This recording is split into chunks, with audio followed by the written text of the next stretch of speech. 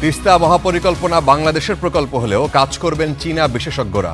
অর্থনৈতিক করিডোরে আগ্রহী হলে দিল্লিকে স্বাগত জানাবে বেইজিং।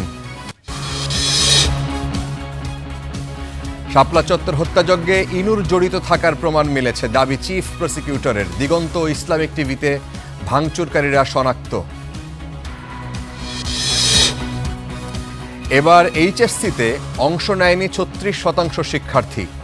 উদ্বেগজনক বলছেন বিশেষজ্ঞরা। গবেষণার পরামর্শ খতিয়ে দেখবে সরকার। ওই ধরনের পড়ালেখা করানো হয়েছে ভীতিমূলক, এত বড় পরিসংখ্যান 54% চলে গেছে টেকনিক্যালে, 44% চলে গেছে মাদ্রাসায়। 2 বছরের মধ্যে দেশের সবচেয়ে বড় স্বর্ণের চালান জব্দ, 160টি বার উদ্ধার। পাচারে জড়িতদের খুঁজছে আইনশৃঙ্খলা বাহিনী। 2 মাস পর এলপিজি সিলিন্ডারের দাম কমালো বিইআরসি। এপ্রিলে 599 টাকা বাড়লেও এবার কমলো 357 টাকা। রোনালদো মদ্রিচ দ্বৈরথ দেখার অপেক্ষায় বিশ্ব। জোতার শোক থেকে শক্তি খুঁজছে পর্তুগাল। স্প্যানিশ দুর্গ জয় করার চ্যালেঞ্জ অস্ট্রিয়ার।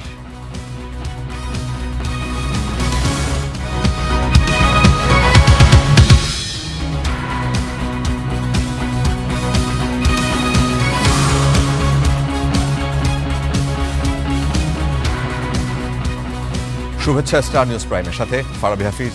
দেখছিলেন শিরোনাম, এবারে পুরো খবর।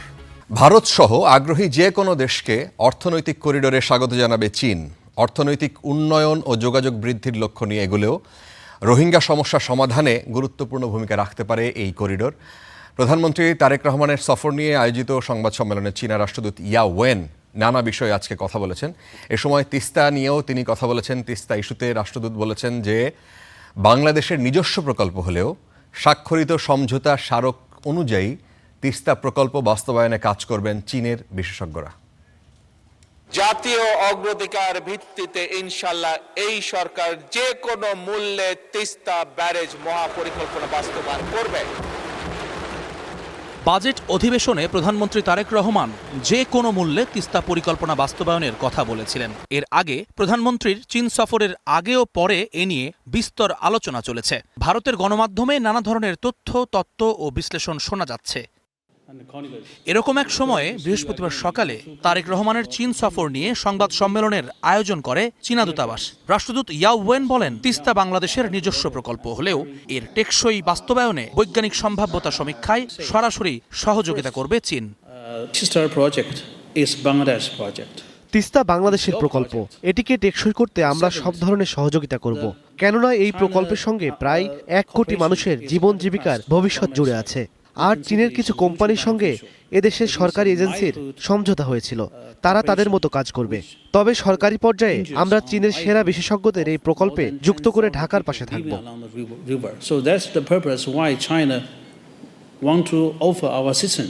মিয়ানমারের সড়ক ও নৌপথ ব্যবহার করে অর্থনৈতিক করিডরকে আঞ্চলিক সংযোগের নতুন সুযোগ হিসেবে দেখছে চীন।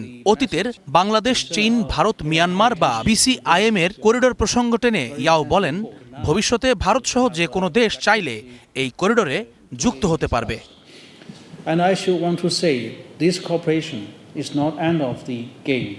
আমি বলতে চাই, এটা একেবারে নতুন কিছু নয়। এর আগেও বিসিআইএম এর কথা বলা হয়েছিল। এই প্রকল্প নতুন করে আলোর মুখ দেখছে। তবে এটাই শেষ কথা নয়। অন্য দেশ যদি আগ্রহ দেখায়, আমরা স্বাগত জানাবো। তবে আগ্রহটা তাদেরকেই দেখাতে হবে। ভবিষ্যতে রোহিঙ্গা প্রত্যাবাসনেও এই করিডর ভূমিকা রাখতে পারে। সম্ভাব্য 2+2 সংলাপ চালুর বিষয়ে রাষ্ট্রদূত বলেন, সামরিক প্রশিক্ষণ, পারস্পরিক আস্থা ও স্বার্থের ভিত্তিতে সহযোগিতা আরও গভীর করার বিষয়ে আলোচনা হয়েছে। তবে কোনো নির্দিষ্ট প্রতিরক্ষা সরঞ্জাম কেনার বিষয়ে কোনো মন্তব্য করেননি চীনা রাষ্ট্রদূত। জুম্মান সাদিক, জ্যাভলিন, স্টার নিউজ, ঢাকা। আপনার শিরোনামে শুনছিলেন ফের অশান্ত মিয়ানমারের রাখাইন রাজ্য। চলছে সংঘাত, সহিংসতা, একের পর এক বিকট শব্দে বিস্ফোরণ শোনা যাচ্ছে। তাতে কাঁপছে সীমান্ত পাড়ের অর্থাৎ টেকনাফের মানুষ। এতে আতঙ্কিত সেখানকার মানুষ, আর নদীতে নামতে পারছে না জেলেরাও। ওদিকে রোহিঙ্গা অনুপ্রবেশ ঠেকাতে নজরদারি বাড়িয়েছে বিজিবি। মিয়ানমারের রাখাইনের মংডু, আবারও সেখানে চলছে সংঘাত সহিংসতা। একের পর এক বিকট শব্দে ঘটছে বিস্ফোরণ। সেই বিস্ফোরণের শব্দে কাঁপছে টেকনাফ সীমান্ত, ছড়িয়েছে উদ্বেগ, আতঙ্ক। স্থানীয়রা জানান, বুধবার রাত 9টা থেকে বদলে যায় মংডুর পরিবেশ। উঠছে যুদ্ধবিমান, একের পর এক ঘটছে বিস্ফোরণ। এতে নির্ঘুম রাত কেটেছে বেশিরভাগ মানুষের। হঠাৎ মধ্যে আমরা তেমন বিষয় জানি না, হঠাৎ মধ্যে রাতের 9টার দিকে বিকল একটা আওয়াজ পেয়েছি মায়ানমার থেকে। আমরা যারা সীমান্তবর্তী এলাকায় রয়েছি তাদের একটু সমস্যা তো হবে অবশ্যই। মায়ানমার সীমান্তে যেটা হচ্ছে, ওদেরকে আমি প্রশাসনিক দৃষ্টি আকর্ষণ করি, এগুলো যে তারা নজরদারি রাখে। মায়ানমার যে আরকান আর্মিরা যে বাংলাদেশে না ঢুকতে পারে। ভয়ে নাফ নদীতে নামতে পারেনি জেলেরা। বন্ধ রয়েছে মাছ শিকার। 2 মাস বন্ধ ছিল, বন্ধর পরে তো মাছ ফাঁক আর দেনা ফাঁক যাইতে হবে, জাল তো মারতে হবে, আমাদের গরিব মানুষ ভাত খাইতে হবে। মাছ শিকার যাচ্ছে, আমাদের বই লাগে, আমাদের সব জায়গায় লোক বসবাস করে কাজ করে কাজ। বিজিবি বলছে, মিয়ানমারে অভ্যন্তরীণ সংঘাত সহিংসতা চলছে। সতর্ক আছে বিজিবি। অনুপ্রবেশ রোধে বাড়ানো হয়েছে নজরদারি। নরমালি বিমান হামলা হইলে যেটা হয় যে ওখানে তো লোকজন আতঙ্কে থাকে, তখন অনেক রোহিঙ্গাই চেষ্টা করে নদী পার হয়ে বাংলাদেশে চলে আসার চেষ্টা করে, এর আগে দেখেছি। তো সেই হিসাবে আমরা সতর্ক অবস্থা আছি যেন কোনো রোহিঙ্গা ওদিকে না প্রবেশ করতে পারে। আমাদের এখানে কয়েকটা শব্দ শুনতে পেয়েছি, খোঁজ নিয়ে জানতে পেরেছি এখানে মংডু আর বুথিন্ডা টাউনশিপে সকালে হয়েছিল বিমান হামলা, এবং রাতেও সম্ভবত আবার বিমান হামলা চলছে। আমাদের বিজিবি অ্যালার্ট আছে, কোস্টগার্ড অ্যালার্ট আছে। এর আগে গত বছরের ডিসেম্বরেও মংডুতে সংঘাত সহিংসতার ঘটনা ঘটেছে। Desk report, star news.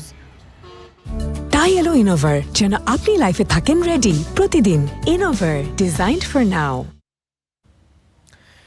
নজরুলের সাহিত্যকর্ম ও জীবনবোধ 4 দেয়ালে আবদ্ধ না রেখে বিশ্বময় ছড়িয়ে দেওয়ার আহ্বান জানিয়েছেন প্রধানমন্ত্রী। আজকে সকালে সচিবালয়ে নজরুল বর্ষের উদ্বোধন করে তার আশা, সরকারের এই আয়োজনে দেশ বিদেশে জাতীয় কবির রচনার নতুন আঙ্গিকে মূল্যায়নের সুযোগ তৈরি হবে। বিদ্রোহ, মানবতা আর সাম্যের কণ্ঠস্বর কাজী নজরুল ইসলাম। শোষণ বঞ্চনার বিরুদ্ধে ছিলেন সোচ্চার। তাই জাতীয় কবির জন্মবার্ষিকী সাড়ম্বরে উদযাপন করবে সরকার। নজরুল বর্ষ 2026-2027 এর বছরব্যাপী কর্মসূচির আনুষ্ঠানিক উদ্বোধন ঘোষণা করব। বৃহস্পতিবার সচিবালয়ে নজরুল বর্ষের উদ্বোধন করে স্মারক ডাকটিকিট ও লোগো উন্মোচন করেন প্রধানমন্ত্রী।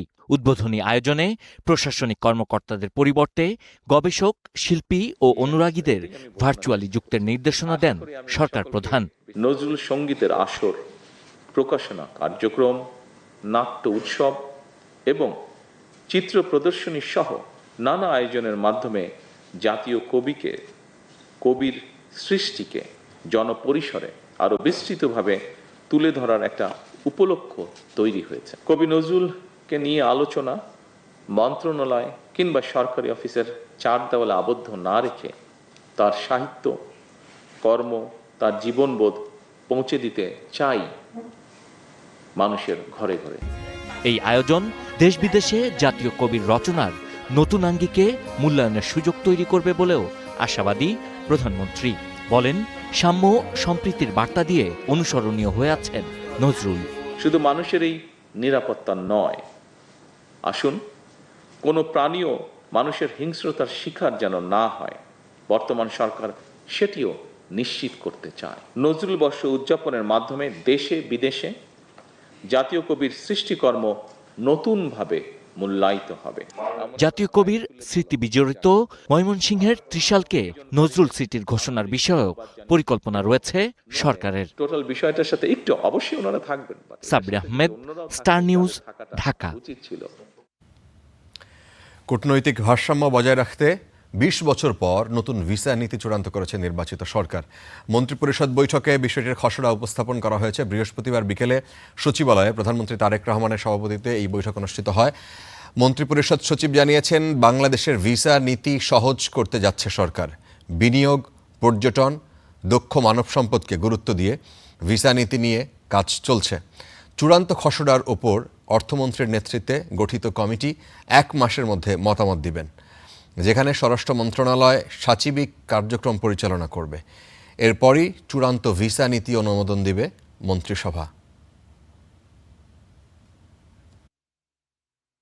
বিদেশিদের বাংলাদেশে আগমন ও প্রস্থানকে সহজ ও সুশৃঙ্খল করা, বিদেশি বিনিয়োগ, ব্যবসা ও দক্ষ মানব সম্পদ আকৃষ্ট করা, পর্যটন, আতিথেয়তাকে খাতকে উৎসাহিত করা, প্রযুক্তি ও জ্ঞান স্থানান্তর নিশ্চিত করা, জাতীয় নিরাপত্তা ও আন্তর্জাতিক কূটনৈতিক ভারসাম্য বজায় রাখা এবং আধুনিক এবং সেবামুখী অভিবাসন কাঠামো গড়ে তোলার উদ্দেশ্যে 2006 সালে জারিকৃত ভিসা নীতিমালা সংশোধন করে ভিসা পলিসি 2026-এর খসড়া পরিমার্জনের জন্য মাননীয় অর্থমন্ত্রীর সভাপতিত্বে একটি মন্ত্রিসভা কমিটি গঠন করা হয়েছে।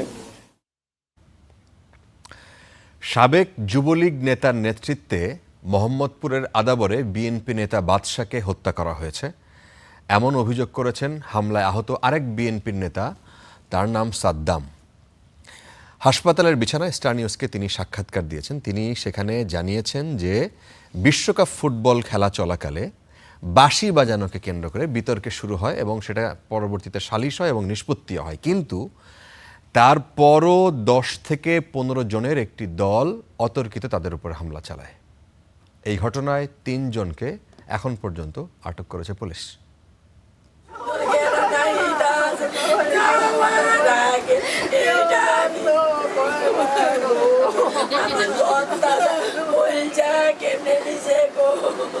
স্বামীর স্মৃতি আঁকড়ে ধরে এই বুকফাটা আর্তনাদ এক স্বামীহারা স্ত্রী স্মৃতি আক্তারের। দীর্ঘ 1 যুগের সংসার যেন এক মুহূর্তে তাসের ঘরের মতো ভেঙে দিয়েছে একদল দুর্বৃত্ত। পরিবারের একমাত্র উপার্জনক্ষম ব্যক্তিকে হারিয়ে শোকাহত পরিবারটির এখন একটাই দাবি, খুনিদের দৃষ্টান্তমূলক শাস্তি। আমি কিন্তু এই বিচার মানতাম না, কোনো শাস্তি, ফাঁসি ছাড়া শুধু শাস্তি, আমি কোনো বিচার মানতাম না, আমার বুক খালি করছে। নির্মম ওই হত্যার সূত্রপাত ব্রাজিল জাপান বিশ্বকাপ ফুটবল ম্যাচকে ঘিরে। খেলা চলাকালে বাঁশি বাজানোকে কেন্দ্র করে স্থানীয় কয়েকজন কিশোরের সঙ্গে কথা কাটাকাটি হয় স্থানীয় বিএনপি নেতা বাদশা ও সাদ্দামের। তবে সালিশে বিষয়টি মীমাংসা হলেও পরে 10 থেকে 15 জন অতর্কিত হামলা চালায়। সিসিটিভি ফুটেজে প্রাণ বাঁচাতে আকুতি করতে দেখা যায় বাদশা ও সাদ্দামকে। পরে স্থানীয়রা হাসপাতালে নিলে বাদশাকে মৃত ঘোষণা করেন চিকিৎসকরা। গুরুতর আহত অবস্থায় হাসপাতালে শয্যায় সাদ্দাম। হামলার সেই ভয়াবহ মুহূর্তের বর্ণনা দেন তিনি। এরা হইল একজন হইল, পরে আবার সমাধান হওয়ার কথা। রঞ্জুর দোকানে বসছে আমরা, রঞ্জু হইল যুবলীগের নেতা।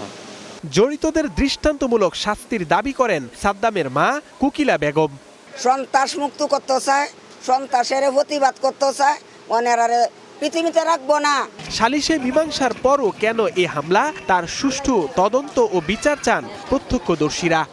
হুমকি দিয়ে দিছে, এখন যাইতে দোকানতে বাইরে এলো, বাইরে গিয়ে জব হইলা। আমরা চাই ফাঁসি, যারা মারছে আর ফাঁসি চাই, আমরা গরিবের লাগে কি বিচার নাই। পুলিশ জানায় এ ঘটনায় 3 জনকে আটক করা হয়েছে, অন্যদের গ্রেপ্তারে চলছে অভিযান। যেই হোক না কেন আমরা তাদেরকে আইনের আওতায় নিয়ে আসব এবং এই ঘটনার লাশ পোস্টমর্টমের পর্যায়ে রয়েছে এবং মামলা প্রক্রিয়াধীন রয়েছে, কিন্তু আমরা আমাদের যে তদন্ত যে কার্যক্রম এটা আমরা শুরু করে দিয়েছি। রাজনৈতিক পরিচয়ের কারণে অপরাধীদের কোনো ছাড় দেয়া হবে না বলেও হুঁশিয়ারি দেয় পুলিশ। এবং আপনাদের কাছে কিছু থাকলে আমাদেরকে দেন।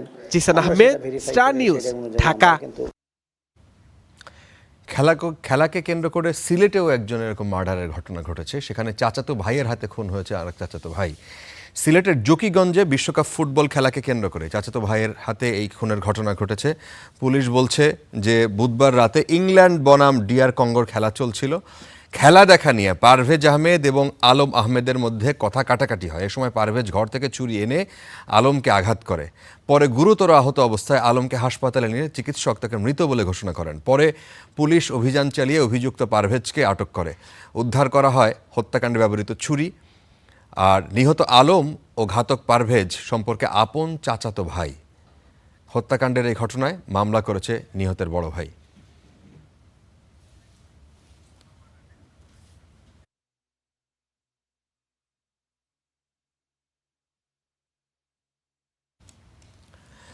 ভোলার লালমোহনে নয়ন নামে এক কলেজ ছাত্রকে প্রকাশ্যে কুপিয়ে হত্যা করা হয়েছে।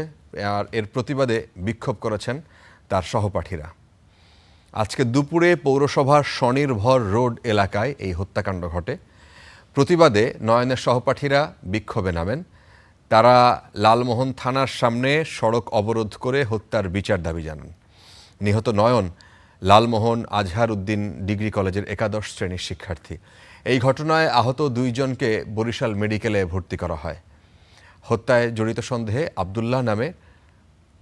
আব্দুল্লাহ মানিক নামে একজনকে হেফাজতে নিয়েছে পুলিশ। চলছে তদন্ত। প্রেম ঘটিত বিরোধে এই হত্যাকাণ্ড বলে ধারণা পুলিশের।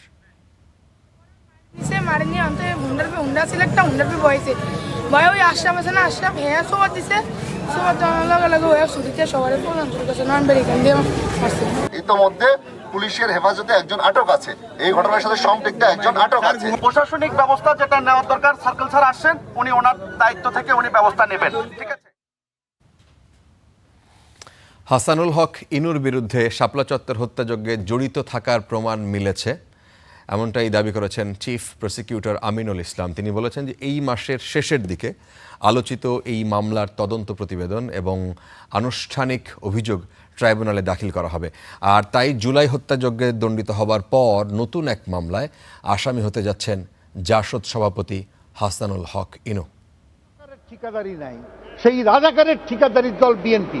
বেগম খালেদা জিয়া, তারেক রহমান তার কৃতকর্মের ফল ভোগ করছেন মাত্র। আওয়ামী লীগ নেতৃত্বাধীন 14 দলীয় জোটের অন্যতম প্রভাবশালী নেতা ছিলেন জাসদ সভাপতি হাসানুল হক ইনু। 2013 সাল থেকে 2018 সাল পর্যন্ত ছিলেন তথ্যমন্ত্রীর দায়িত্বে। 2013 সালের 5 মে আওয়ামী সরকারের নির্দেশনায় পরিচালিত হয় বর্বরচিত শাপলা চত্বর হত্যাযজ্ঞ। অভিযোগ রয়েছে ওই সময় তথ্য মন্ত্রণালয়ের চাপের কারণে নির্মময় হত্যাকাণ্ডের প্রকৃত তথ্য প্রকাশ করতে পারেনি অধিকাংশ গণমাধ্যম। এখানেও প্রশ্ন ওঠে তথ্যমন্ত্রী হিসেবে ইনুর ভূমিকা নিয়ে। মামুনুল হক এবং বাবুনগরীকে কেন প্রধান উস্কানিদাতা হিসাবে এই রাষ্ট্রের বিরুদ্ধে যুদ্ধ ঘোষণার জন্য গ্রেপ্তার করা হচ্ছে না? আসামি হাসানুল হক ইনু 10 বছরের সশ্রম কারাদণ্ড। তবে 24-এর 5 আগস্টের পর বদলে যায় প্রেক্ষাপট। জুলাই হত্যাযজ্ঞের মামলায় আসামি করা হয় হাসানুল হক ইনুকে, যার রায়ও হয়ে গেল 30 জুন। সাজা হয় 10 বছরের সশ্রম কারাদণ্ড।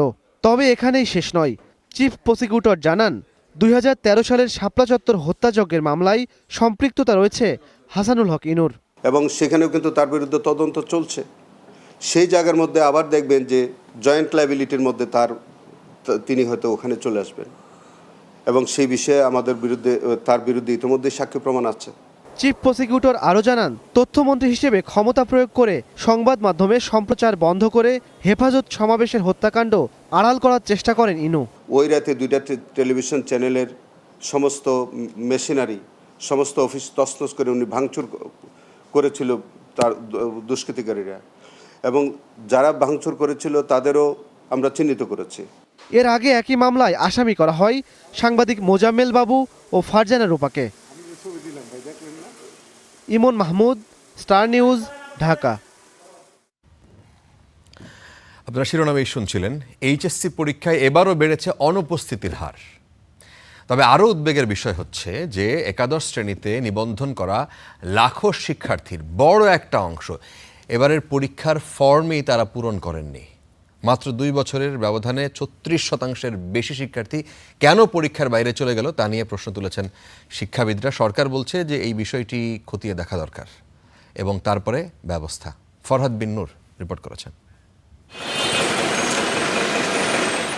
প্রতিবছর এসএসসি ও এইচএসসির মতো পাবলিক পরীক্ষায় উল্লেখযোগ্য সংখ্যক শিক্ষার্থী নিবন্ধন করেও শেষ পর্যন্ত পরীক্ষায় অংশ নিচ্ছেন না। তবে এবার সেই সংখ্যা আগের যে কোনো সময়ের তুলনায় বেশি। গত বছর এইচএসসি ও সমমানের পরীক্ষায় ফর্ম পূরণ করেনি 29% বেশি, আর মাত্র 1 বছরের ব্যবধানে তা বেড়ে দাঁড়িয়েছে 36%-এরও বেশি। 9টি সাধারণ শিক্ষা বোর্ডের আওতায় 2024-25 শিক্ষাবর্ষে একাদশ শ্রেণীতে নিবন্ধন করেছিল 11,84,000 শিক্ষার্থী, কিন্তু 2 বছর পর এইচএসসি পরীক্ষার ফর্ম পূরণ করেছে মাত্র 7,94,000।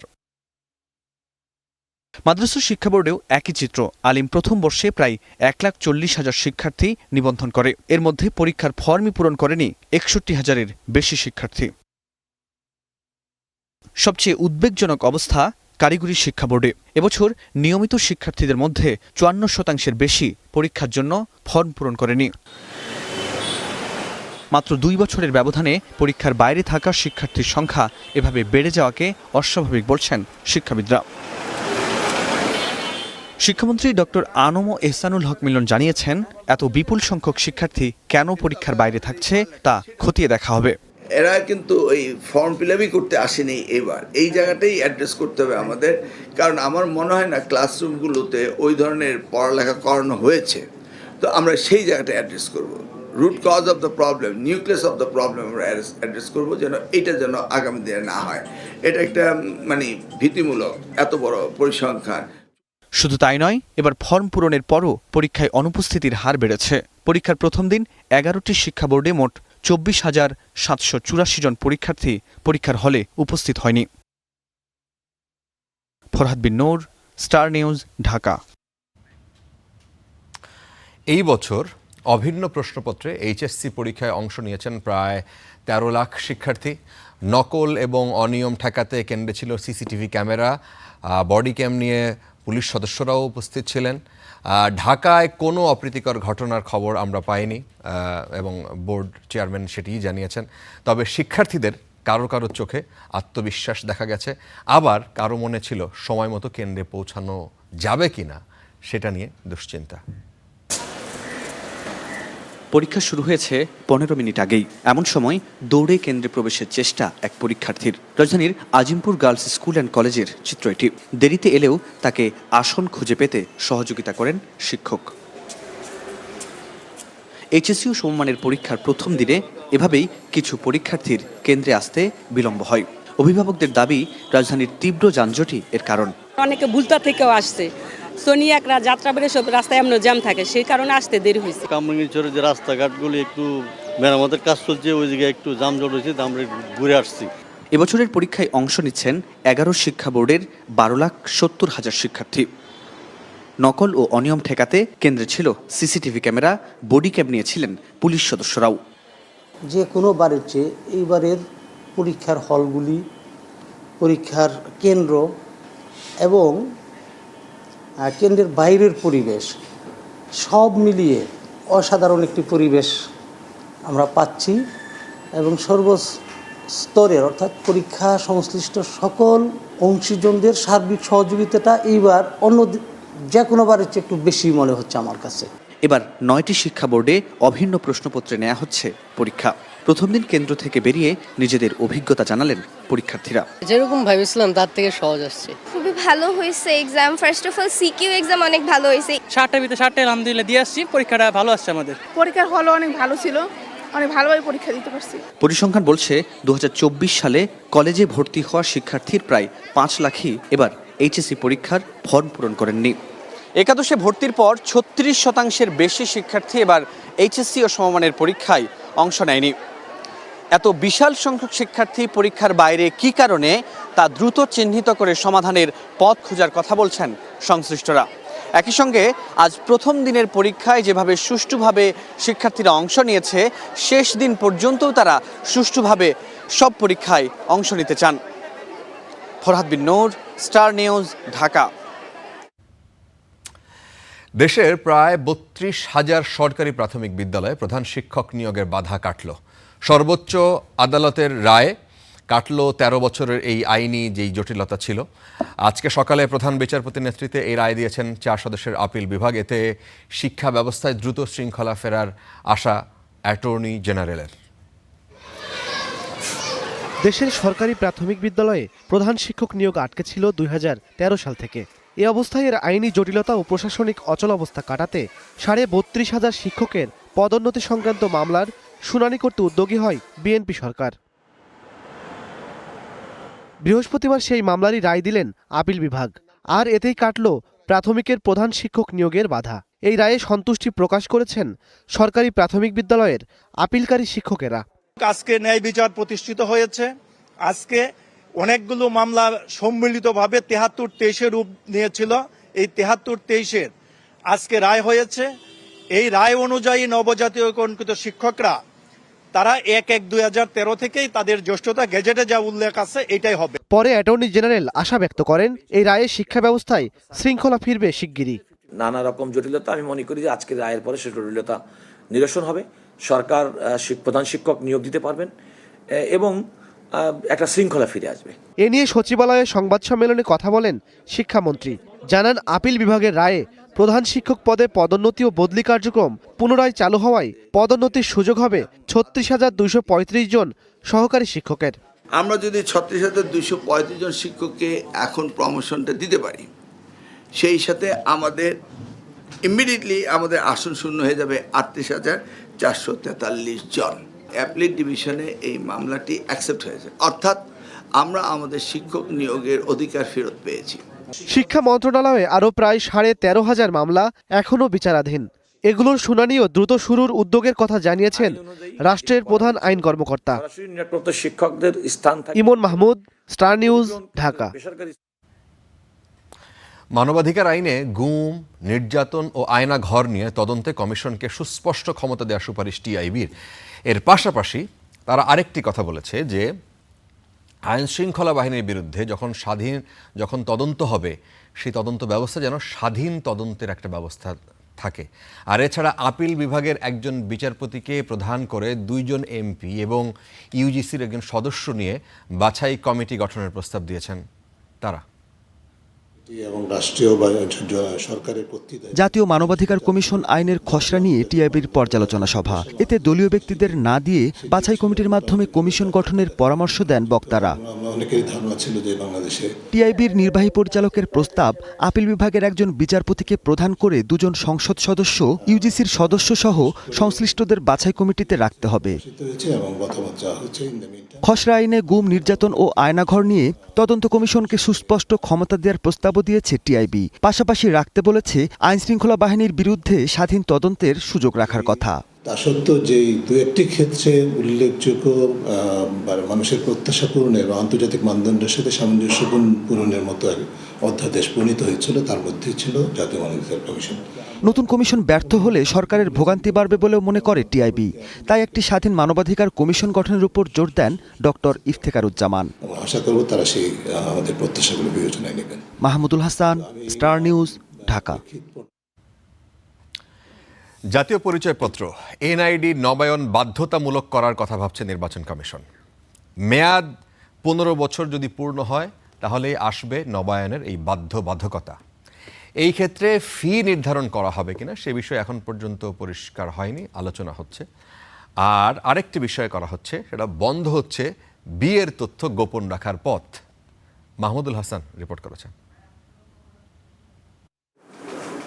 2007-8 সালে জাতীয় পরিচয়পত্র দেওয়ার পর কেটে গেছে প্রায় 1.5 যুগ। এই সময়ের মধ্যে নাগরিকের চেহারায় এসেছে পরিবর্তন, শিক্ষাগত যোগ্যতা সহ ব্যক্তিগত তথ্যেও রয়েছে রদবদল। এছাড়াও পরিবর্তন আসতে পারে আঙ্গুলে ছাপে। এতে ব্যক্তির পরিচিতি নিশ্চিতে তৈরি হয় জটিলতা। এসব বিষয় বিবেচনায় এনআইডির তথ্য নির্দিষ্ট সময় পর পর হালনাগাদ করা প্রয়োজন বলে মনে করছে নির্বাচন কমিশন। জাতীয় পরিচয়পত্র নিবন্ধন আইন অনুযায়ী একটি এনআইডির মেয়াদ ইস্যুর তারিখ থেকে 15 বছর। এর আগে পরে নবায়নের জন্য নির্ধারিত পদ্ধতি ও ফি দিয়ে করতে হবে ইসির কাছে আবেদন। নবায়ন করার প্রসঙ্গ আগে থেকে আইনে থাকলেও এবার তা বাধ্যতামূলক করা যায় কিনা তা নিয়ে আলোচনা করছে নির্বাচন কমিশন। আমি বায়োমেট্রিকটা দিয়ে প্রমাণ করব, মানে আমি নিশ্চিত করব যে আমারটা আমার কাছেই আছে, এইটাই হচ্ছে নবায়ন। এটা তো আইনে আছে। এখন কেউ যদি বাধ্যতামূলক করার তো ব্যাপারটা না।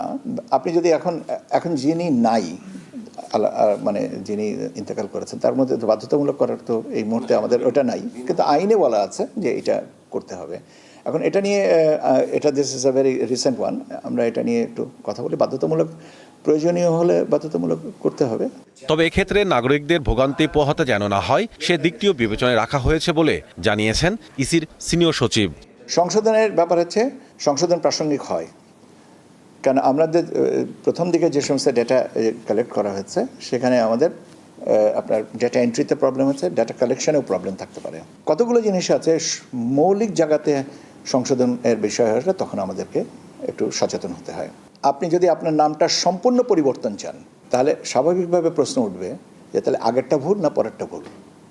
আগেরটা যদি ভুল হয়ে থাকে তাহলে এটা যদি সঠিক থাকে তাহলে আগে আপনি দেন নাই কেন? এই জায়গাটা কি আমার যাচাই করার এখতিয়ার নাই? পাশাপাশি জাতীয় পরিচয়পত্রে বিয়ের তথ্য গোপন রাখার পথও বন্ধ করতে যাচ্ছে নির্বাচন কমিশন। এক্ষেত্রে কাবিননামা ও তালাকনামা অনলাইনে স্বয়ংক্রিয়ভাবে যাচাইয়ের উদ্যোগ নিয়েছে তারা। Mahmudul Hasan, Star news, Dhaka. July আগস্টে ডেঙ্গু সংক্রমণ বাড়তে পারে, সতর্ক করে তা মোকাবেলায় পর্যাপ্ত কিট, স্যালাইনের মজুদ থাকার কথা জানিয়েছেন স্বাস্থ্যমন্ত্রী। আর এছাড়া 7 দিনের মধ্যে লার্ভা নাশক ট্যাবলেট দেয়া শুরু হবে তিনি জানিয়েছেন। অন্যদিকে বিশেষজ্ঞরা বলছেন যে প্রত্যেক বছর ডেঙ্গুর ধরন বদল হয়, হামের মতো বড় আকার নাও নিতে পারে। দেশে হামের প্রকোপ কাটতে না কাটতেই ডেঙ্গু নিয়ে বাড়ছে উদ্বেগ। জুলাই আগস্টে সংক্রমণ বাড়ার শঙ্কা থাকলেও এবার তার আগেই বাড়ছে রোগী। স্বাস্থ্য অধিদপ্তরের তথ্য অনুযায়ী জুনে আক্রান্ত প্রায় 3000, মৃত্যু হয়েছে অন্তত 13 জনের। বিশেষজ্ঞরা বলছেন প্রতি বছর ডেঙ্গুর ধরন বদল হচ্ছে, তাই বিস্তার নিয়ে আগাম কিছু বলা কঠিন। তবে এটি হামের মতো বড় রূপ নেয়ার শঙ্কা এখনই করছেন না তারা। যেহেতু আমরা গত বছর থেকে শিক্ষা নিয়েছি, এরপর আমাদের অনেক ধরনের ট্রেনিং প্রোগ্রাম হয়েছে, আমাদের এটার ম্যানেজমেন্ট সম্পর্কে আমাদের ইফিসিয়েন্সি বেড়েছে, আমরা একটা বড় ধাক্কা সামাল দিতে পেরেছি।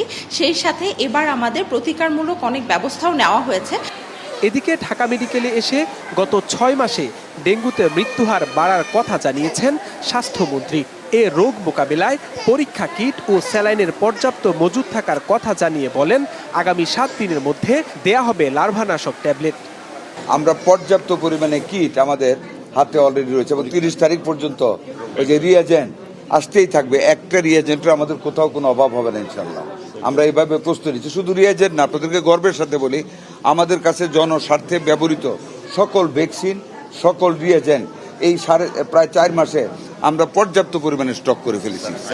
পাশাপাশি 6 মাসের মধ্যে সুপার স্পেশালাইজড হাসপাতাল পূর্ণাঙ্গভাবে চালু হবে বলেও জানান তিনি। এর আগে ঢাকা মেডিকেল কলেজ হাসপাতালের প্যাথোলজি বিভাগে আধুনিক মাইক্রোস্কোপ ও ল্যাবরেটরি যন্ত্রপাতি হস্তান্তর করেন স্বাস্থ্যমন্ত্রী। Zisan Ahmed, star news, Dhaka.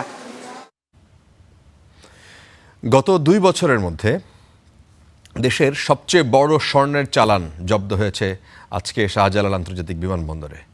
Dubai থেকে চট্টগ্রাম হয়ে ফেরা বিমান বাংলাদেশ এয়ারলাইন্সের একটি ফ্লাইটের কার্গো হোল্ড থেকে উদ্ধার করা হয়েছে প্রায় 19 কেজি স্বর্ণ। গোয়েন্দা তথ্যের ভিত্তিতে পরিচালিত যৌথ অভিযানে উদ্ধার হওয়া এই স্বর্ণের বাজার মূল্য হচ্ছে প্রায় 45 কোটি টাকা। নাইম আবির রিপোর্ট করেছেন।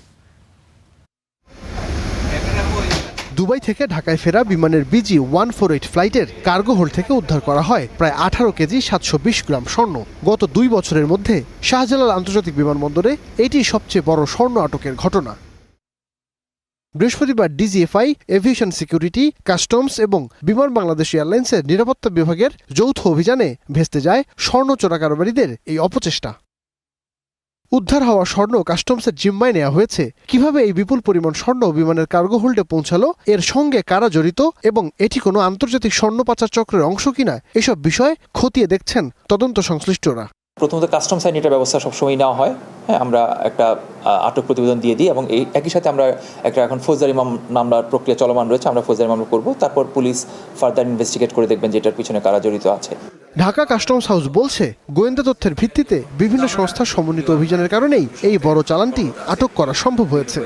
BG-148 ফ্লাইট যেটা দুবাই থেকে চট্টগ্রাম হয়ে ঢাকাতে ল্যান্ড করে, সেখানে আমরা গোয়েন্দা সংস্থার তথ্যের ভিত্তিতে DGFI, এভিয়েশন সিকিউরিটি, কাস্টমস, বিমান সিকিউরিটি একটা যৌথ দল অভিযান চালায় এবং বিমানের যেখানে কার্গো রাখার স্থান, সেখানে কার্গো হোল্ড বলি আমরা, এটার ভেতর থেকে 160টা স্বর্ণের বার উদ্ধার করা হয়, যার ওজন হচ্ছে 18.18.7 কেজি। উদ্ধার হওয়া স্বর্ণবারগুলোর আনুমানিক বাজার দর 45 কোটি টাকা। নাইম আবির, স্টার নিউজ, ঢাকা। এপ্রিলে 2 ধাপে 599 টাকা বাড়ানোর পর এবার 12 কেজি এলপিজি সিলিন্ডারের দাম 357 টাকা কমালো BERC। নতুন দাম এখন থেকে 1528 টাকা। আন্তর্জাতিক বাজারে দাম কমেছে ফলে দেশের বাজারও সমন্বয় করা হয়েছে জানানো হয়েছে। আর মূল্য নির্ধারণী সংবাদ সম্মেলনে বিইআরসি চেয়ারম্যান দাবি করেছেন যে বাজারে নির্ধারিত দরের চাইতে কমে পাওয়া যাচ্ছে এই সিলিন্ডার।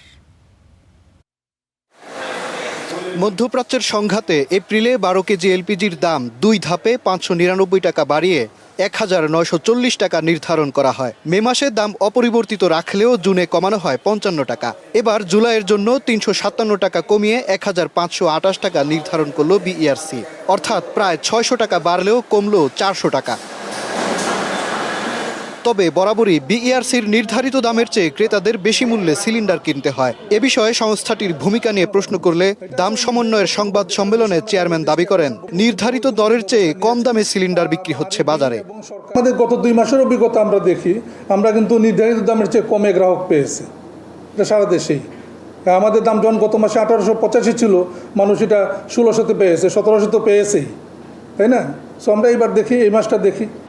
মূসক-সহ প্রতি কেজি এলপিজি 127 টাকা 30 পয়সা ও প্রতি লিটার অটো গ্যাসের দাম নির্ধারণ করা হয় 70 টাকা। হরমুজ প্রণালী পুরোপুরি স্বাভাবিক না হওয়ায় জাহাজ ভাড়া এখনও বাড়তি। অন্যথায় দাম আরও কমানো যেত বলে জানান বিইআরসি চেয়ারম্যান। এখনও মাইন আছে হরমুজে, যেখানে ইন্স্যুরেন্স এখনও কমে আসে নাই। তো আমরা কমাচ্ছি এটা। আমার মনে আছে ভালো করে যে 120-এ ছিল এটা, যেখান থেকে আমরা 250-এ লাভ দিয়ে গিয়েছিলাম, মূলত সাপ্লাই চেইনটা যেন অক্ষুণ্ণ থাকে। কারণ তখন যেটা ছিল সমস্যা, যে জাহাজগুলি ভাড়া চাচ্ছিল বেশি, আর আমাদের যে দাম ছিল সেই দামের কারণে লোকাল ব্যাংকগুলি এলসি খুলতেছিল না। So that was a real problem at that time. এ সময় লোডশেডিং নিয়ে প্রশ্ন করা হলে একাধিক বিদ্যুৎ কেন্দ্র বন্ধ থাকায় সরবরাহে ঘাটতি ছিল বলে জানান বিইআরসি চেয়ারম্যান। আদার কস্ট মিলিয়ে যেটা প্রিমিয়াম। মাজহার মাহবুব, স্টার নিউজ, ঢাকা। দেশের ইরানের সর্বোচ্চ ধর্মীয় নেতা আয়াতুল্লাহ আল খামিনির জানাজায় অংশ নিতে তেহরানের পথে ঢাকা ছেড়েছেন স্পিকার হাফিজ উদ্দিন আহমদ। তার সঙ্গে রয়েছেন 11 দলীয় জোটের প্রতিনিধিরা। আজকে সকালে শাহজালাল বিমানবন্দর থেকে রওনা হন তারা। আয়াতুল্লাহ আলী খামিনির রাষ্ট্রীয় জানাজা ও দাফনের আনুষ্ঠানিকতা শুরু হচ্ছে শনিবার। 4 জুলাই তেহরানে মূল জানাজা শেষে ইরাকের নাজাফ ও কারবালা হয়ে 9 জুলাই তার জন্মস্থান মাশহাদে ইমাম রেজার মাজার সংলগ্ন এলাকায় চিরনিদ্রায় শায়িত হবেন ইরানের সর্বোচ্চ ধর্মীয় নেতা।